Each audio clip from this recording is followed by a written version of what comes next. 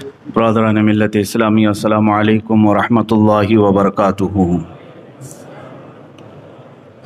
الحمد للہ الحنان المنان الذي خلق الانسان وعلمه البیان، والصلاة والسلام على رسوله سید الانس والجان وعلى آلہ واصحابہ ذوی الخیر والاحسان، اما بعد فاعوذ باللہ من الشیطان الرجیم، بسم اللہ الرحمن الرحیم۔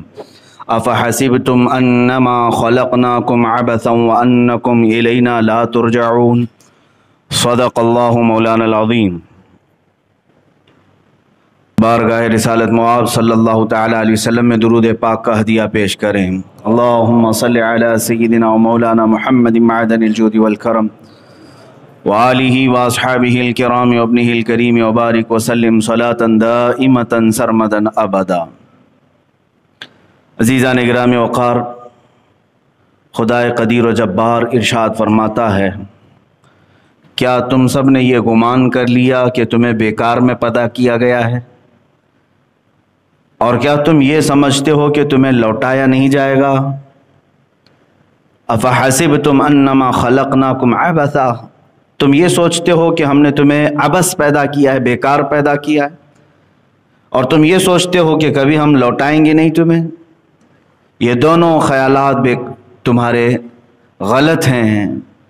اللہ عز و جل نے اپنی کائنات میں ایک ذرہ بھی بیکار نہیں پیدا کیا، اس نے ایک مچھر کو بھی عبث نہیں پیدا کیا، اور دنیا میں جس کو بھی بھیجا ہے ایک معین مدت کے لیے، ایک مقررہ وقت تک کے لیے، اور پھر ہر ایک کو اللہ کی بارگاہ میں لوٹایا جائے گا۔ اسی لیے جب کسی کا انتقال ہوتا ہے تو ہماری زبانوں سے بے اختیار نکلتا ہے انا للہ و انا الیہ راجعون، جس کا مطلب ہوتا ہے کہ ہم اللہ ہی کے لیے ہیں اور اللہ ہی کی طرف لوٹنے والے ہیں۔ عزیزان گرامی، جس نے اپنی زندگی کا مقصد اور اپنے یہاں پر زندہ رہنے کا مقصد نہیں سمجھا، وہ سب سے بڑے دھوکے میں رہا۔ لوگ یہ کہتے ہیں کہ فلاں نے مجھے دھوکہ دے دیا، فلاں نے میرے ساتھ چیٹ کیا، بلکہ ایک بزرگ فرماتے ہیں سب سے زیادہ دھوکہ تم خود اپنے آپ کو دیتے ہو۔ دوسروں کا جو کھایا ہوا دھوکہ ہے وہ تھوڑی دیر کے لیے ہوتا ہے، لیکن تم جو خود دھوکے میں مبتلا ہو اپنے آپ کو، یہ برسوں بیت جاتے ہیں، تم نے اپنے آپ کو اس کیفیت سے باہر نہیں نکالا۔ کبھی اپنے جسم کی طرف دیکھو، یہ قیمتی جسم اللہ تعالیٰ نے تمہیں کیوں کر عطا کیا ہے؟ یہ ہاتھ و پیر کی نعمتیں، یہ آنکھ و زبان کی نعمتیں، یہ قوت سماعت، قوت بصارت، یہ تمام قوتیں جو اللہ نے تمہیں بنا کسی معاوضے کے دیا ہے، کیا یوں ہی دے دی گئی ہیں تمہیں؟ ان کا کوئی استعمال؟ تو پھر ظاہر سی بات ہے بندہ جس چیز کے لیے پیدا کیا گیا ہے وہ چیز نہ کرے تو گویا کہ اس نے خود اپنے آپ کو اس دنیا میں سب سے بڑا دھوکہ دیا۔ میرے عزیزو، اپنے آپ کو دھوکہ دینے سے باہر نکل آؤ۔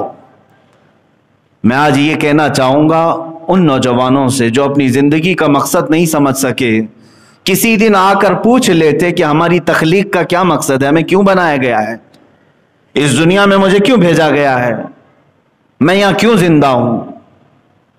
حد تو یہ ہے کہ جو کسی چیز کی تحقیق کرتا ہے، ریسرچ کرتا ہے، اسے سائنسدان کہتے ہیں۔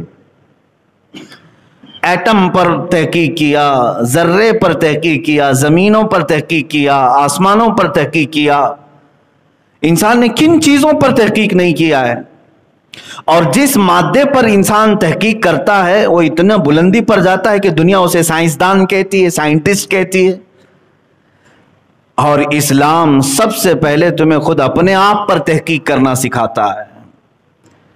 عزیزان گرامی، اسی لیے مشہور قول ہے من عرف نفسہ فقد عرف ربہ، جس نے اپنے آپ کو پہچانا اس نے اپنے رب کو پہچان لیا۔ خود اپنے متعلق سب سے پہلے معلومات حاصل کر لے کہ میرا بچپنا کیوں ہے، میری جوانی کیوں ہے، مجھے اگر بڑھاپا دیا گیا ہے تو کیوں ہے، میری سانسوں کا کیا حساب کتاب ہے، میں اس دنیا میں ساری سہولتیں کھا پی کر کے استعمال کر کے کیوں رہ رہا ہوں؟ کوئی تو مقصد ہوگا۔ مثال کے طور پر آپ کو اچانک کسی نے 5 اسٹار ہوٹل میں بلایا، وہاں پر طرح طرح کے کھانے لگے ہوئے تھے، بہترین روم ہیں، آپ گئے اور وہاں کے کھانے بھی استعمال کرتے رہے، وہاں کے رومز بھی استعمال کیے، وہاں کا پانی استعمال کیا، جو جو سہولیات تھیں وہاں پر سب آپ نے استعمال کیا، لیکن کیا یہ آپ کا فرض نہیں بنتا کہ آپ کو دعوت کس کام کے لیے دی گئی تھی؟ وہاں پہ اس 5 اسٹار ہوٹل میں کوئی پارٹی تھی، کسی کی شادی، کسی کا ولیمہ، کسی کا عقیقہ، کیا تھا؟ کیوں بلایا گیا تھا آپ کو؟ کیوں بلایا گیا؟ ایک بڑے فنکشن ہال میں آپ کو کیوں بلایا جاتا ہے؟ آپ کو تو یہ معلوم ہی ہوتا ہے مجھے فلاں کی شادی میں بلایا گیا، ولیمے میں بلایا گیا، عقیقے میں بلایا گیا، منگنی میں بلایا گیا، آپ کو معلوم ہوتا ہے کیوں بلایا گیا ہے۔ بغیر آپ کو معلوم ہوئے آپ وہاں جا کر کے موج مستی کرتے رہیں تو آپ کو پاگل کہا جائے گا، اسے پتہ ہی نہیں ہے یہاں ہو کیا رہا ہے، صرف عیاشی کرنے کے لیے آ گئے۔ عزیزان گرامی وقار، تمہارے اس کائنات میں جلوہ گر ہونے سے پہلے اللہ تعالیٰ نے کیا چیزیں تمہارے لیے نہیں سجائیں؟ یہ زمین کا مضبوط بچھونا، آسمان کا مضبوط چھت بغیر پلر کا، یہ کائنات میں سرسراتی ہوئی ہوائیں اور تمہارے لیے مفت سانسیں، تمہارے لیے پانی کی فراوانی، روشنی کا انتظام، سونے کے لیے الگ تمہیں نیند کے غلبے، بھوک لگے تو کھانے کی تمام چیزیں، یہ سب چیزیں مہیا کر دی گئیں، تو تم آئے کیوں یہاں پر؟ اس کائنات میں کیوں آئے؟ کیا مطلب تھا؟ کیا مقصد تھا؟ اسی مقصد تخلیق کو قرآن کہتا ہے سورہ زاریات کی آیت، وَمَا خَلَقْتُ الْجِنَّ وَالْإِنسَ إِلَّا لِيَعْبُدُونَ۔ اللہ تعالیٰ فرماتا ہے ہم نے جنات اور انسانوں کو صرف میری عبادت کے لیے بنایا ہے، اپنی عبادت کے لیے بنایا ہے۔ سمجھ میں آیا کہ ہمیں کائنات میں اللہ نے اگر بھیجا ہے تو اس کی عبادت کے لیے بھیجا ہے۔ عزیزان گرامی، اسی بات کو میں نے اس سے قبل بھی دہرایا تھا کہ انسان باقی ساری چیزیں کر لیا لیکن جس کا مقصد کے لیے وہ آیا تھا اسی میں وہ ادھورا رہ گیا، یعنی عبادت، اللہ کی رضا حاصل کرنا، یہ سب کا مقصد تھا، اسی لیے تمہیں بنایا گیا تھا۔ اور آج بہت سارے لوگ یہ سمجھتے ہیں کہ یہ لائف بیکار کی چل رہی ہے اور اس کو اس طرح سے گزار رہے ہیں جیسے لگتا ہے کہ کوئی ہلکی پھلکی چیز تمہارے ہاتھ میں آئی ہے۔ اتنی قیمتی زندگی اللہ تعالیٰ نے تمہیں دی ہے کہ اگر سانس تمہاری رک جائے تو کروڑوں دے کر کے بھی کسی ڈاکٹر سے سانسیں واپس نہیں لا سکتے۔ ایک بار تمہاری دھڑکن رک جائے تو لاکھوں کروڑوں اربوں دے کر کے بھی اس دھڑکن کو واپس نہیں لا سکتے۔ اتنی قیمتی لائف تمہارے ہاتھوں میں آج موجود ہے، لیکن اس کا مقصد نہ سمجھ کر کے اپنے آپ کو عیاشیوں میں اور بیکار زندگی میں گزارنا، گویا کہ انسان کا خود اپنے آپ کو دھوکہ دینا ہے۔ مجھے بتاؤ کتنے لوگوں نے اپنے آپ کو دھوکہ دیا؟ یہ تو جرم ہے دھوکہ دینا دوسروں کو، لیکن میں سمجھتا ہوں اس سے بڑا جرم اپنے آپ کو دھوکہ دینا کہ تم پیدا کس کام کے لیے کیے گئے تھے اور کر کیا رہے ہو آج۔ مجھے بتاؤ اے بچوں، جوانوں، کیا تمہاری راتیں اسی لیے بنائی گئی ہیں کہ تم رات بھر بیٹھ کر گیم کھیلو؟ کیا تمہاری راتیں اسی لیے ہیں کہ تم کسی بھی نکڑ پر بیٹھ کر کے گپیں لگاؤ؟ کیا تمہاری راتیں اسی لیے ہے کہ لوگوں کے عیب جوئی کرو؟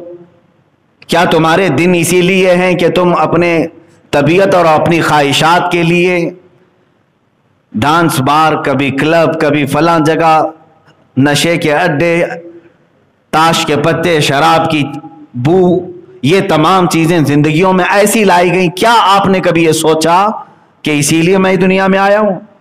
نہیں میرے عزیزو، کسی اور نے نہیں، تمہیں اس راستے پر تمہارے نفس نے دھوکہ دیا ہے، اپنے آپ کو دھوکہ دے کر کے صراط مستقیم سے ہٹا دیا ہے۔ عبث نہیں پیدا کیے گئے، بیکار نہیں پیدا کیے گئے۔ میں تاریخ کی چند مثالیں آپ کے سامنے رکھتا ہوں جنہوں نے دنیا میں ایک ایسی تاریخ رقم کی ہے کہ ان کی زندگی کا ایک لمحہ بھی ضائع نہیں کیا انہوں نے، ایک دن تو دور کی بات، ایک لمحہ ضائع نہیں کرتے تھے۔ امام بخاری رضی اللہ تعالیٰ عنہ کون نہیں جانتا اس امام المحدثین کو؟ قرآن پاک کے بعد سب سے افضل کتاب اس روئے زمین پر وہ بخاری شریف ہے، صحیح بخاری۔ آپ پڑھنے کے لیے جب بیٹھتے تھے یا احادیث کا مطالعہ کرتے تو رات پوری گزر جاتی، تھوڑی دیر آپ آرام کرتے، اس کے بعد جب مطالعے کے لیے بیٹھتے تو فجر کی اذان ہونے کے قریب آ جاتا اور وہ احادیث پلٹتے رہتے ہیں اور اس میں غور و فکر کرتے رہتے۔ پہلے ایسا ہوتا کہ صبح صادق جب ہو جائے تو مرغے بانگ دیتے، بانگ دینا سمجھتے ہوں گے، مرغا پکارتا ہے۔ اب مرغوں کے پالنے کا بھی سسٹم ختم ہو گیا ہے، سب دیسی مرغوں کی جگہ برائلر چکن نے لے لیا ہے، یہ سارے تو جنگلی کہلانے لگ گئے اب، حالانکہ اس کی فضیلت آئی ہے یہ دیسی مرغے کی، اس کو مارنے سے بھی منع کیا گیا، کہا گیا کہ اس کو اذیت نہ دو، اس لیے کہ لوگوں کو صبح کی اذان کے طور پر جگاتا ہے۔ تو پہلے یہی ہوتا تھا کہ برابر وقت پر صبح صادق پر مرغا بانگ دیتا اور لوگ یہی سمجھتے کہ اب فجر کا وقت ہو چکا ہے، وہ برابر فجر کے وقت پکارتا اور اس مرغے پر لعنت بھیجی گئی ہے جو آدھی رات میں پکارتا ہے، کہا گیا وہ شر ہے، وہ شیطانی ہے۔ خیر، امام بخاری رحمۃ اللہ تعالی علیہ کچھ لکھ رہے تھے یا پڑھ رہے تھے، مرغے نے بانگ دی، تو جیسے ہی مرغا بانگ دیتا آپ اپنی کتاب بند کر دیتے اور مسجد کی طرف چلے جاتے۔ نماز کا وقت ہو چکا ہوتا جب آپ فجر کی ادائیگی کے لیے آتے۔ امام بخاری رحمۃ اللہ تعالی علیہ نے ایک رات مرغے کی آواز سنی، اپنا مطالعہ بند کیا، اپنی کتاب بند کی اور نکل پڑے۔ مسجد آئے تو پتہ چلا ابھی فجر کا وقت ہونے میں کافی ٹائم باقی ہے، کافی ٹائم کا مطلب آدھا گھنٹہ، آدھا سے پونا گھنٹہ ہوگا، اتنا وقت باقی تھا ابھی طلوع صبح صادق کے لیے۔ امام بخاری رحمۃ اللہ تعالی علیہ کو جلال آ گیا، حالانکہ اگر کوئی وقت سے پہلے مسجد میں آ جائے تو ثواب ہی ہے، کیا خرابی ہے۔ امام بخاری رحمۃ اللہ تعالی علیہ اس قدر جلال میں آئے کہ آ کر کے آپ نے ایک جملہ کہا کہ اللہ اس مرغے کو قتل کر دے، قاتل اللہ ھذا الدیک، اللہ اس مرغے کو قتل کر دے جس نے میرے مطالعے کے وقت کو برباد کیا، جو میری پڑھائی کا وقت تھا اس نے اس میں سے، اس کی آواز کی وجہ سے میں اٹھ گیا، میرا اتنا وقت اس نے خراب کیا۔ مرغا فجر کی اذان سے پہلے ختم ہو چکا تھا، مر چکا تھا۔ آپ کی والدہ ماجدہ امام بخاری رحمۃ اللہ تعالی علیہ کی والدہ ماجدہ نے آپ کو نصیحت فرمائی اور ارشاد فرمایا کہ بیٹا اس کے بعد کبھی کسی کے لیے اس طرح کا جملہ نہ کہنا، اس لیے کہ اللہ تمہاری زبان میں اثر رکھا ہے۔ بتانا مقصود یہ ہے میرے عزیزو کہ ان کا کتنا وقت گیا ہوگا، آدھا سے پونا گھنٹہ، جس کے لیے وہ اتنے جلال میں آئے کہ اس مرغے کو پھر کبھی دوبارہ پسند نہیں فرمایا اور وہ ختم بھی ہو گیا۔ یہاں تو پوری کی پوری راتیں ضائع ہو گئیں، برس کے برس ضائع کیے، مہینوں ضائع کیے اور کبھی اف تک نہیں۔ میرے عزیزو، تمہارے پاس جو وقت ہے یہ بہت ہی قیمتی وقت ہے اللہ کو منانے کے لیے اور اس کو راضی کرنے کے لیے۔ میں ایک حدیث پاک آپ کو سنا کر مقصد زندگی آپ کو بتانا چاہوں گا۔ اللہ کے نبی صلی اللہ تعالی علیہ وسلم ارشاد فرماتے ہیں، لا تزول قدما ابن آدم حتی یسأل عن خمس، قیامت کے دن ابن آدم یعنی ہر انسان، کوئی انسان کے دونوں قدم ہٹ نہیں سکیں گے اپنی جگہ سے۔ جو محشر کا میدان ہوگا، میرے آقا صلی اللہ علیہ وسلم فرماتے ہیں لا تزول قدما ابن آدم، پورے انسانوں میں سے کسی انسان کے دونوں قدم ہٹیں گے نہیں اس وقت تک، حتی یسأل عن خمس، جب تک کہ اس سے 5 چیزوں کا سوال نہ ہو جائے، جب تک کہ اس سے 5 چیزوں کے بارے میں پوچھ نہ لیا جائے۔ وہ 5 چیزیں کیا ہیں؟ یہ ترمذی شریف کی صحیح حدیث ہے۔ اللہ کے نبی صلی اللہ تعالی علیہ وسلم فرماتے ہیں، عن عمرہ فیما افناہ سب سے پہلا سوال یہ ہوگا کہ اللہ نے جو تجھے پوری عمر دی تو نے کہاں کہاں گزاری، پورا حساب دے دے۔ وعن شبابہ فیما ابلاہ، دوسرا سوال، حالانکہ عمر میں یہ ساری چیزیں آ گئی تھی، لیکن پھر خاص ایک سوال یہ کرے گا رب تعالی، فی ان شبابہ، تیری جوانی کے بارے میں پوچھا جائے گا، ہر ایک کی جوانی کے متعلق پوچھا جائے گا کہ تو نے یہ کہاں کہاں گزاری۔ اور تیسرا سوال، وعن مالہ من این اکتسبہ، اور اس کے مال کے بارے میں پوچھا جائے گا کہ کہاں سے حاصل کیا تھا۔ وفیما انفقہ، اور کہاں خرچ کیا، یہ چوتھا۔ اور وفیما، اور سوال ہوگا وفیما عمل من علم، او کما قال النبی صلی اللہ علیہ وسلم، جتنا اس نے علم حاصل کیا اس پر کتنا عمل کیا تھا۔ یہ 5 سوالات جب تک نہ کیے جائیں ہر انسان سے کوئی وہاں سے ہٹے گا نہیں۔ سب سے پہلا سوال عمر کے متعلق ہی ہے۔ کیا ہمارے پاس ان 5 سوالات کے جوابات تیار ہیں؟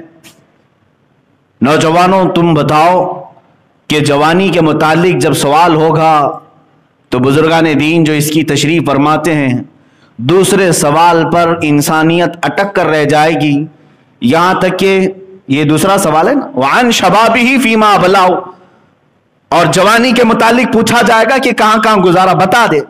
اب بتانے کے لیے جب شروع کرتا ہے جوان کہ میری جوانی شروع ہوئی تھی 15 سال سے، اور جب بتانا شروع کرتا ہے، بزرگوں نے تشریح میں لکھا کسی کی جوانی کا حساب دے دیتے 200 سال لگ جائیں گے، لیکن اس کا حساب ختم نہیں ہو رہا ہوگا، 200 سال کا عرصہ گزر چکا ہوگا۔ بعض اسی سوال میں اٹک کر کے 300 سال 400 سال کھڑے ہو چکے ہوں گے، اور کسی گھبراہٹ کی ضرورت، کوئی جلد بازی کی ضرورت نہیں۔ 50,000 سال کے برابر کا ایک دن ہے، تمہیں تو حساب دینا ہے۔ کوئی اتنے سالوں تک کھڑے رہیں گے صرف دوسرے سوال کے جواب میں۔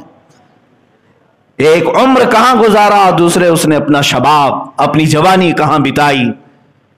لکھ کر کے رکھ لو کہ اپنی جوانی کے متعلق کیا اللہ رب العزت کی بارگاہ میں یہ کہو گے کہ میں نے تو اپنی جوانی کی ہر رات گیم کھیلنے میں گزاری، جوانی کی ہر رات چیٹنگ میں گزاری، جوانی کی ہر رات لوگوں کو ایک جگہ سے دوسری جگہ منتقل کرتے اور ان کے عیبوں کو دیکھنے میں گزاری۔ انسان کی یہ فطرت ہے کہ وہ ہمیشہ برائی دیکھنا پسند کرتا ہے، اس فطرت سے باز آنا چاہیے۔ اے عزیزو، وقت کی قیمت سمجھو، اور نوجوانوں سے میں کہوں گا اب تمہارے لیے حالات اس قدر تیزی سے بدلے جائیں گے کہ صرف اور صرف آپ کے پاس ابھی 5 سے 10 سال کے عرصے میں اتنی زبردست چینجنگ دیکھنے کو ملے گی جو پچھلے 100 سالوں میں آپ نے نہیں دیکھا ہوگا۔ بہت تیزی سے تبدیلیاں آئیں گی۔ امام حماد ابن نعیم رضی اللہ تعالیٰ اپنی کتاب میں فرماتے ہیں، جو آخری زمانے کے حالات کے متعلق احادیث آئی ہیں رسول کریم صلی اللہ علیہ وسلم، ان حدیثوں میں سے ایک حدیث آپ بیان کرتے ہیں، قیامت کے قریب تم دیکھو گے زمانہ اتنی تیزی سے دوڑے گا کہ جو 100 سال میں ہوا تھا وہ صرف 20 سال کے اندر ہوگا، اور پھر 20 سال کے اندر جو ہوا تھا وہ 10 سالوں کے اندر ہوگا۔ وہ آج ہم نے محسوس کیا ہے، پچھلے 20 سال کے اندر اس قدر دنیا میں تبدیلی آ گئی ہے جو پچھلے 100 سالوں میں ان کے خواب بھی نہیں دیکھے گئے تھے۔ انٹرنیٹ کی دنیا نے کہاں سے کہاں پہنچایا ہے۔ اب اگلے جو 10 سال ہوں گے یہ پچھلے 20 سالوں سے بھی زیادہ تیز ہوں گے۔ ہم ابھی سے سن رہے ہیں کہ 5G کا آنا متوقع ہے، اور اس کے بعد دنیا میں زبردست تبدیلیاں آئیں گی۔ ہو سکتا ہے کہ تمہاری نیچرل قدرتی چیزوں پر بہت بڑا ایفیکٹ ہو، بہت بڑا اثر ہو، تمہارے کھان پان میں تبدیلی آ جائے گی، رہن سہن میں تبدیلیاں آ جائیں گی۔ بہت ساری چیزیں ایسی آج پلاننگ ہو رہی ہیں کہ مائنڈ کنٹرولنگ کے متعلق لوگ پلان بنا رہے ہیں۔ یہ مائنڈ کنٹرولنگ کیا ہے؟ کسی کے ذہن اور دماغ کو ایسا اپنے قابو میں رکھنا کہ میں اٹھ کہوں تو اٹھے، بیٹھ کہوں تو بیٹھے، چل کہوں تو چلے۔ یہ آرڈر دینے والے جو سسٹم ہے مائنڈ کنٹرولنگ کہتے ہیں۔ اس پر پوری دنیا آج، پوری دنیا نہیں، یہودی لابی سب سے زیادہ اس میں مصروف عمل ہے۔ چند دنوں پہلے ابھی ایک یہودی عالم نے باضابطہ ویڈیو کانفرنسنگ ویڈیو کروا کر کے اعلان کیا ہے کہ ہمارے اگلے 5 سالوں میں پلان کیا ہے، ہم پوری دنیا کو کیا کرنے جا رہے ہیں۔ اگرچہ اس کا اعلان ہو، ہم تو جانتے ہیں اللہ جو چاہتا ہے وہی ہوتا ہے میرے عزیزوں، لیکن دنیا کو ڈسٹرائے کرنے کے لیے لوگ اور پوری انسانیت کے قاتل یہ یہودی لابی جو پلان بنا رہے ہیں، کیا ہم اس کے متعلق تیار ہیں؟ یہاں تو جوانوں کو دیکھ کر کے افسوس ہوتا ہے، بہت افسوس ہوتا ہے۔ اللہ تبارک و تعالیٰ نے تمہیں فضول نہیں پیدا کیا، عبث نہیں پیدا کیا۔ آج ہماری جوانی کو دیکھ کر کوئی مدد کے لیے بھی پکارنا نہیں چاہتا ہمیں۔ یہ خود اپنے آپ کو دھوکہ دیا ہوا آدمی ہے، دوسروں کی کیا مدد کر سکے گا؟ مجھے بھی چند دنوں پہلے ایک بات پڑھنے کو ملی، کشمیر کی خواتین بلکتی ہیں، آج روتی ہیں، بہت ساری ان کی پریشانیاں ہیں، لیکن ایک زمانہ تھا جب اسی سندھ کے علاقے سے چند عورتوں نے عرب کے نوجوانوں کو پکارا تھا۔ راجہ دابیر سنگھ، یہ میں 90 ہجری کی بات کر رہا ہوں، آج سے 1300 سال پہلے تقریباً راجہ دابیر سنگھ کی حکومت تھی، جب کچھ حج پر جانے والی خواتین سری لنکا سے نکلی، بیچ راستے میں گنڈوں نے انہیں اغوا کر لیا اور ان کی عزتوں سے کھیلنے لگے، تو ان عورتوں نے جو حج کے لیے نکلی تھی آواز دی کہ کوئی عرب کا قافلہ ہو تو ہماری آواز خلیفہ وقت تک پہنچا دے۔ تو اس وقت جو تاجر آئے تھے، ان تاجروں نے یہ بات سنی کہ کچھ مسلمان عورتیں اس طرح اغوا کی جا چکی ہیں، گرفتار ہیں، تو وہ بات جا کر کے اس زمانے کے حجاج بن یوسف گورنر کے سامنے بیان کی گئی۔ وہ خود ایک ظالم تھا، لیکن دربار میں ایک نوجوان گزر رہا تھا جو اس کا بھتیجا بھی، محمد بن قاسم، رک گیا، پوچھا کہ کہاں سے خبر لائے ہو؟ کہا سندھ سے۔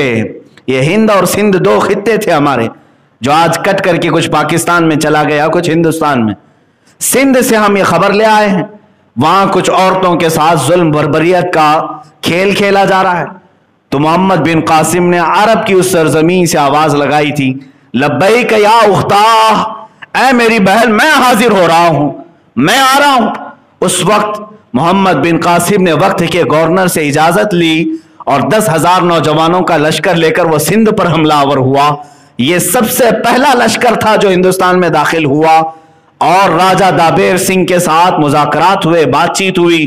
جب حل نہ ہو سکا، وہ عورتوں کو آزاد کرنے پر آمادہ نہیں ہوئے، تو صرف اور صرف عزت عورتوں کی محفوظ رکھنے کی خاطر ان نوجوانوں نے ان کے ساتھ ایسا حملہ کیا کہ یہ پورے کے پورے فوج تتھر بتر ہو گئی اور گنڈے پکڑے گئے، حتیٰ کہ راجہ دابیر سنگھ بھی گرفتار ہوا، ان خواتین کو آزاد کرایا گیا۔ پہلی مرتبہ محمد بن قاسم نے پرچم اسلام ہند میں لہرایا۔ یہ وہ زمانہ تھا جب ہندوستان میں علل اعلان کسی نے پرچم نہیں لہرایا، پہلا لشکر۔ لیکن مجھے یہ بات اس لیے بتانی پڑ رہی ہے کہ جو محمد بن قاسم عرب سے چل کر کے چند خواتین کی عزت بچانے کے لیے آیا تھا، وہ کوئی 40 سالہ 50 سالہ تجربہ کار سپہ سالار نہیں تھا، وہ جرنیل اور کمانڈر نہیں تھا، بلکہ صرف اور صرف 19 سال کا جوان تھا، صرف 19 سال کا جوان تھا۔ 10,000 کے لشکر کو لے کر آیا اور خواتین کی عزت بچانے کے لیے 19 سال کے جوان تو آج عورتوں پر جھپٹا مارنے کے پلان بنا رہے ہیں، عزتوں پر ڈاکہ ڈالنے کی سوچ رہے ہیں۔ 19 سال کی جوانی لوگ یہ سوچتے ہیں صرف ہمیں چیٹنگ کے لیے، عورتوں کو فرینڈ ریکویسٹ بھیجنے کے لیے، ان سے ہمارے رات کے مکالمے کے لیے۔ معاذ اللہ رب العالمین۔ یاد رکھو تمہارا جو یہ شباب، تمہاری یہ جوانی جن لمحوں میں گزر رہی ہے، تم کیا سوچتے ہو گھر کے پردے بند کر کے میں چیٹنگ کرتا ہوں؟ تمہارا عقیدہ کیا ہے؟ قرآن کہتا ہے یعلم خائنۃ الاعین وما تخفی الصدور، تمہاری آنکھیں جو خیانت کر رہی وہ بھی دیکھ رہا ہے، اور تمہارے دلوں میں جو حالات گزر رہے ہیں اس کو بھی وہ دیکھ رہا ہے۔ تمہاری انگلیوں کی ہر حرکت پر اللہ کی نظر ہے۔ جب تم اٹھائے جاؤ گے تو ان تمام چیزوں کے ساتھ اٹھائے جاؤ گے۔ عزیزان گرامی، میں تو چند مثالیں پیش کرنا چاہ رہا تھا کہ جنہوں نے اپنا مقصد زندگی سمجھا، برسوں ہو گئے آج ہمارے معاشرے میں وہ بچے ہی نہیں پیدا ہوئے